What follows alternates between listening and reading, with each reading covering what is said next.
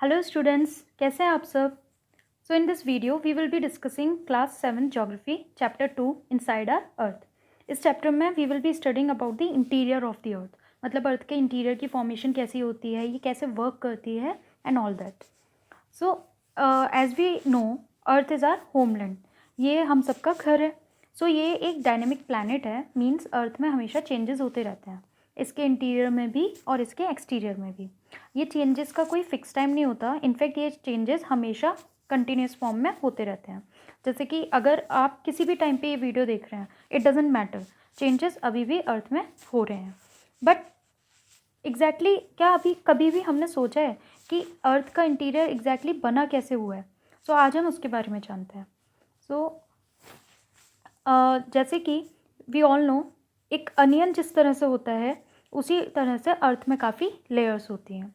ठीक है, तो जैसे ये इमेज मैंने आपको शो की है, so look at this image carefully and see the different layers of the earth. The outermost layer, जो सबसे ऊपर की लेयर है अर्थ की, उसको हम क्या बोलते हैं? क्रस्ट। और ये सबसे थिनेस्ट लेयर है among all the layers in the earth. Okay, so this is the most thinnest layer. और इसकी अराउंड इसकी कितनी डिस्टेंस किलोमीटर कवर करती है ये? It covers 35 kilometre of its continent region. Means जो आपका लैंड का पार्ट है उसमें इसकी थिकनेस अराउंड 35 किलोमीटर होती है, एंड ओशियन रीजन में 5 किलोमीटर होती है। ठीक है, एंड कॉन्टिनेंटल क्रस्ट जो होता है उसमें जो मेन मिनरल्स मिलते हैं, they are silica and aluminium. Means ये जो मिनरल्स जो होते हैं जिसके थ्रू कॉन्टिनेंटल क्रस्ट बनता है, वो मिनरल्स होते हैं सिलिका एंड एल्यूमिनियम, और जिसको हम कॉमन लैंग्वेज में सीआल भी बोलते हैं। SI for silica and AL for aluminium. इसी तरह ओशियानिक क्रस्ट किससे बनता है? उसमें मेन मिनरल्स जो होते हैं वो होते हैं silica and magnesium. Main mineral से मतलब यहाँ पर यह है कि हाई अमाउंट ऑफ मिनरल्स इसमें यही वाले मिलेंगे। ठीक है, तो सिलिका एंड मैग्नीशियम। और इसी तरह से इसको भी कॉमन लैंग्वेज में सीमा बोलते हैं, जैसे means SI for silica and MA for magnesium. ठीक है, अब क्रस्ट के बाद जो मेन जो नेक्स्ट लेयर होती है that is known as mantle. इसकी थिकनेस ऑन एन एवरेज होती है 2900 किलोमीटर। ठीक है, 2900 किलोमीटर। एंड अर्थ की इनरमोस्ट लेयर का नाम है कोर। ठीक है, तो इससे हमें क्या पता चला? 3 layers are there. First is crust जो कि आउटर मोस्ट लेयर है, देन मेंटल जो क्रस्ट के बाद आती है, एंड मेंटल के बाद होती है कोर। कोर में बेसिकली इसमें हम अगर इमेज देखें तो इसमें outer core and inner core की तरह शो किया हुआ है, बट अगर हम ओवरऑल पढ़ें तो कोर का रेडियस होता है अराउंड 3500 किलोमीटर। ठीक है, ये इनर मोस्ट लेयर होती है अर्थ की। एंड ये जो बनती है, जैसे कि अभी हमने इससे पहले भी बात की थी कि किस तरह से फॉर्मेशन होती है क्रस्ट की, तो उसी तरह इसकी किस तरह से किस मिनरल्स के हेल्प से फॉर्मेशन होती है? It is mainly made up of निकल एंड आयरन। तो निकल जो है उसको हम शॉर्ट में बोलते हैं Ni, निकल। एंड जो आयरन है उसका टेक्निकल टर्म होता है फेरस। ठीक है, तो इसी वजह से इसको नीफे भी बोला जाता है। Ni फॉर निकल and Fe for ferrous, that is iron. ठीक है, एंड जो सेंट्रल कोर है जो सबसे बीचों बीच अर्थ के है, that is very high temperature and pressure. Okay, so इसमें हमने एक बेसिक स्ट्रक्चर के बारे में जाना कि अर्थ का बेसिक स्ट्रक्चर किस तरह से फॉर्म्ड है, इंटीरियर जो है अर्थ का वो। ठीक है, now next topic is rocks and minerals, जिसमें हम पहले पढ़ेंगे रॉक्स के बारे में। सो जो हमारा अर्थ क्रस्ट है वो वैरायटी ऑफ रॉक्स से मिलकर बनता है। ठीक है, तो इसमें जो डिफरेंट डिफरेंट हमारे मिनरल्स होते हैं, तो जो मिनरल्स जो हैं, मिनरल्स के थ्रू जब कोई नेचुरल मास या फिर नेचुरल स्ट्रक्चर बन जाता है, तो वही हम, और जो कि अर्थ क्रस्ट के ऊपर आ जाता है, अर्थ की सरफेस पे आ जाता है, तो उसी को हम रॉक कहते हैं। ठीक है, अभी आप इसको और डिटेल में जब जानोगे तो ऑटोमेटिकली आपको ये और क्लियर हो जाएगा। तो रॉक जो है वो डिफरेंट कलर, साइज और टेक्सचर के हो सकते हैं, but mainly the rocks are divided into 3 types: igneous rocks, sedimentary rocks and metamorphic rocks. Igneous rocks क्या होते हैं? When the molten magma cools it becomes solid and are called igneous rocks.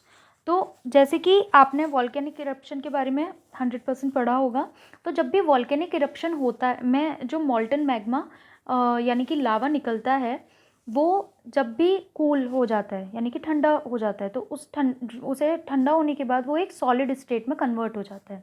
और वही this is the way how a igneous rocks form. ठीक है, जब वो ठंडा हो जाता है और वो एक सॉलिड स्टेट में कन्वर्ट हो जाता है, तो वही अपने आप में रॉक कहा जाता है। और वो रॉक कौन सी होती है? Igneous rock. ठीक है, और इसको हम प्राइमरी रॉक भी कहते हैं। और इस रॉक में भी दो टाइप्स हैं, एक होता है extrusive rock and one other is intrusive rock. Basically extrusive rock and intrusive rock में डिफरेंस ये है कि जो एक्सट्रूसिव रॉक है वो सरफेस पे आके फॉर्म होता है।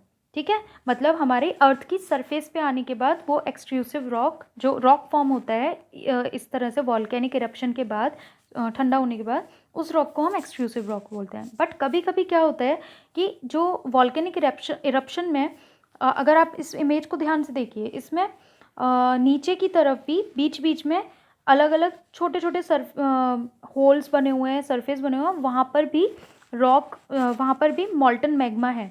तो कभी कभी क्या होता है, ये मॉल्टन मैग्मा जो है ये वॉल्केनिक इरप्शन के थ्रू ऊपर नहीं निकल पाता, सरफेस पे नहीं आ पाता।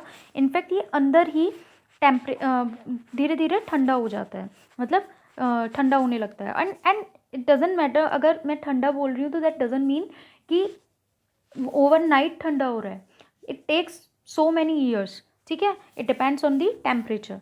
सो जब वो ठंडा होने लगता है, तो वो जो अंडरग्राउंड एक रॉक फॉर्म हो जाता है ठंडा होने के बाद, तो उसको हम इंट्रूसिव रॉक बोलते हैं। ठीक है, सो डिफरेंस बस इतना है, एक होता है अंडर दी सरफेस एंड एक होता है ऑन दी सरफेस। जो ऑन दी सरफेस है वो एक्सट्रूसिव है, अंडर दी सरफेस है इंट्रूसिव है।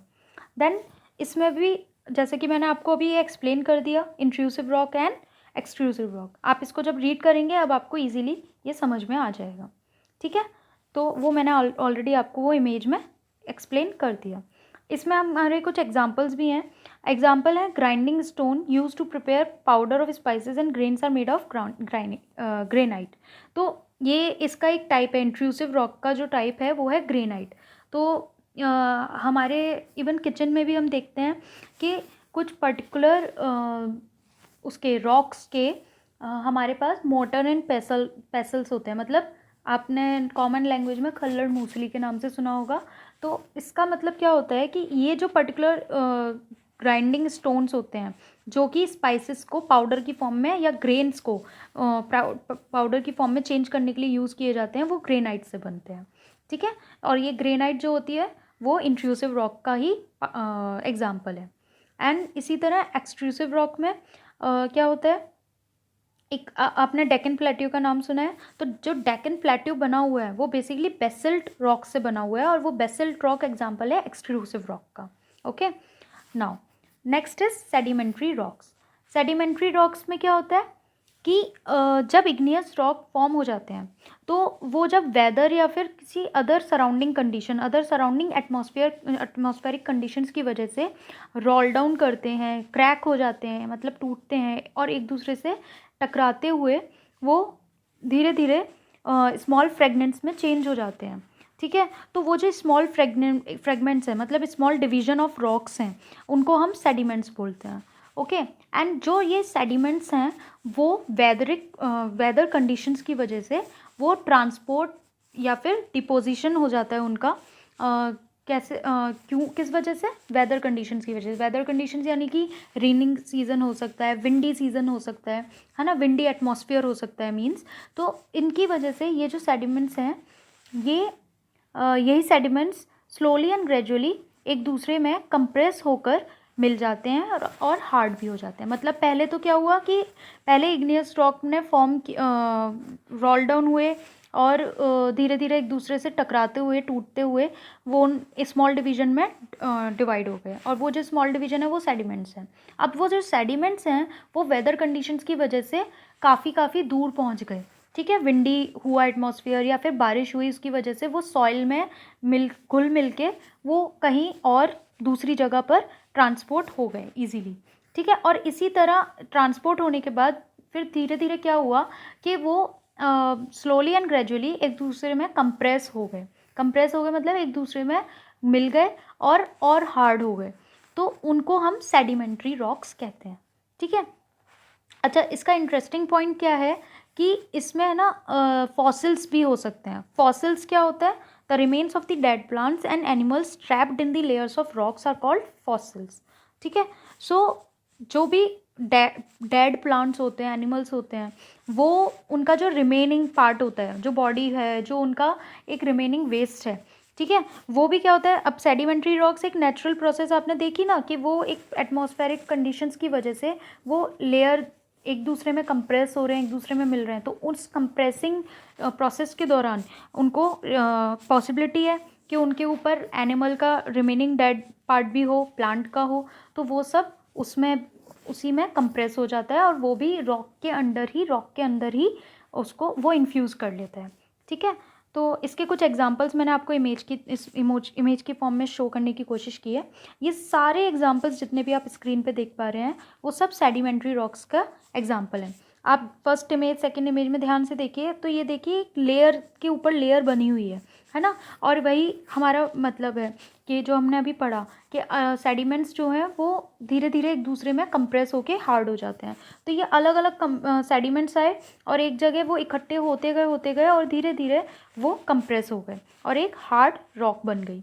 और इसी तरह थर्ड इमेज में ध्यान से देखो तो वहाँ पर एक आपको एनिमल का डेड पार्ट मिल रहा है जो कि ऑलरेडी रॉक में इन्फ्यूज़ हो चुका है।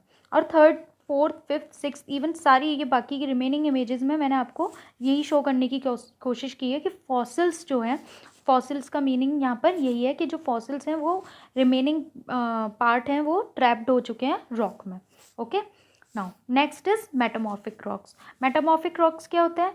अब ये इग्नियस रॉक एंड ये जो आपका igneous rock and sedimentary rock जब हाई हीट एंड प्रेशर के अंडर आते हैं तो ये मेटामॉर्फिक रॉक में चेंज हो जाते हैं। मतलब कि जैसे कि क्ले जो हुआ, अगर क्ले है तो वो स्लेट या लाइमस्टोन में स्लेट में चेंज हो रहा है, या लाइमस्टोन जो है वो मार्बल में चेंज हो रहा है। तो वो कब हो रहा है? जब वो एक हीट एंड प्रेशर की प्रोसेस के थ्रू गुजरते हैं। ठीक है। आप ये इमेज में ध्यान से देखिए, बहुत इजी है। इमेज में देखिए, पहले इग्नियस रॉक बना, इग्नियस रॉक में फिर वेदरिंग की वजह से वो सेडिमेंट्री रॉक्स बना, और सेडिमेंट्री रॉक जब हीट एंड प्रेशर के थ्रू जा रही है, हीट एंड प्रेशर के अंडर आ रही है, तो वो मेटामॉर्फिक रॉक में चेंज हो रही है। और इसी तरह इग्नियस रॉक से डायरेक्टली मेटामॉर्फिक रॉक में भी चेंज हो सकता है कि हीट एंड प्रेशर जब इग्नियस रॉक में भी पड़ता है तो वो मेटामॉर्फिक रॉक में कन्वर्ट हो जाता है। तो इट डजेंट मीन्स कि इग्नियस रॉक और सेडिमेंट्री रॉक्स अलग अलग हो। इसका मतलब ये भी है कि इग्नियस रॉक डायरेक्टली भी मेटामॉर्फिक रॉक में चेंज हो सकता है और सेडिमेंट्री भी। ठीक है। और मेटामॉर्फिक रॉक अगेन मेल्टिंग लावा में कन्वर्ट होकर अगेन ये इग्नियस रॉक की फॉर्मेशन ले सकता है। ये हम अभी आगे रॉक साइकिल में और अच्छे से पढ़ेंगे। ठीक।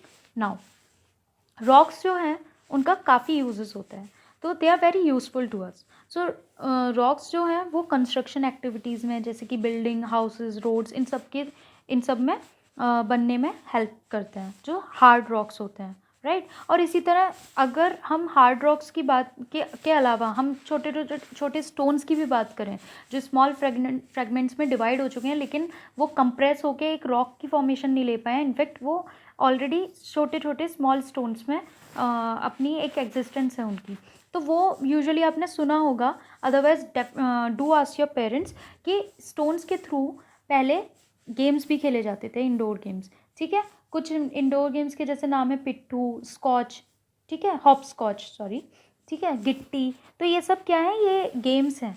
तो ये भी कहीं ना कहीं इनका भी कंट्रीब्यूशन, रॉक्स का कंट्रीब्यूशन सिर्फ हाउसिंग कंस्ट्रक्शन एक्टिविटीज़ में नहीं, इनफैक्ट आपके डेली लाइफ के गेम्स में भी देखने को मिला। ठीक है। देन इन इमेजेस में मैंने आपको शो किया है, आपकी बुक में दिया हुआ है कि जैसे रेड फोर्ट है वो रेड सैंडस्टोन से बना हुआ है, एंड ताजमहल जो है वो वाइट मार्बल से बना हुआ है। तो these are the example of rocks only, कि ठीक है, रेड सैंडस्टोन हुआ या फिर वाइट मार्बल हुआ, ये भी तो रॉक के ही तो पार्ट है, रॉक के थ्रू ही तो बने हैं ये। ठीक है। Now coming to the next topic, that is rock cycle. Rock cycle क्या होता है? The process of transformation of the rock from one to another is known as the rock cycle. जब एक जो आपकी रॉक है, मतलब ट्रांसफॉर्मेशन हो रहा है एक रॉक से दूसरी रॉक की तरफ। मतलब अगर इग्नियस रॉक है वो सेडिमेंट्री रॉक की फॉर्मेशन ले रही है ट्रांसफॉर्मेशन होके, इसी तरह इग्नियस रॉक अगर मेटामॉर्फिक में चेंज हो रही है, तो ये जो पर्टिकुलर चेंजेस हो रहे हैं, ट्रांसफॉर्मेशन हो रहा है एक रॉक का दूसरी रॉक में, वो आपकी रॉक साइकिल में हम देखेंगे। तो वो रॉक साइकिल को डिनोट करता है।